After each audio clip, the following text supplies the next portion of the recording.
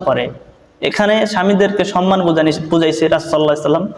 তো এই মানে এই না যে সিজদা করা জায়েজ। রাসূল সাল্লাল্লাহু আলাইহি ওয়াসাল্লাম বলেন, লা তাত্তাখিজুল কুবুরা মাসাজিদা, তোমরা কবরকে সিজদা করো না। স্পষ্ট কথা বলে দিয়েছে, তোমরা কবরকে সিজদা করো না। আর এই মাজার পূজারীরা, ভণ্ডরা কবরকে সিজদা করে। কি বুঝলেন? মুসা আলাইহিসসালামের কওম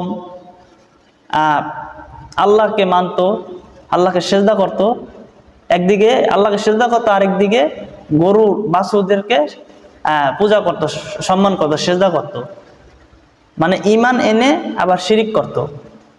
আমাদের এই জমানাও, এই শেষ নবীর উম্মতের মধ্যেও কিছু মানুষ ঈমানদারি, ঈমান নিয়ে মসজিদেও সিজদা করে এবং কবরকেও সিজদা করে, একই ঈমান নিয়ে।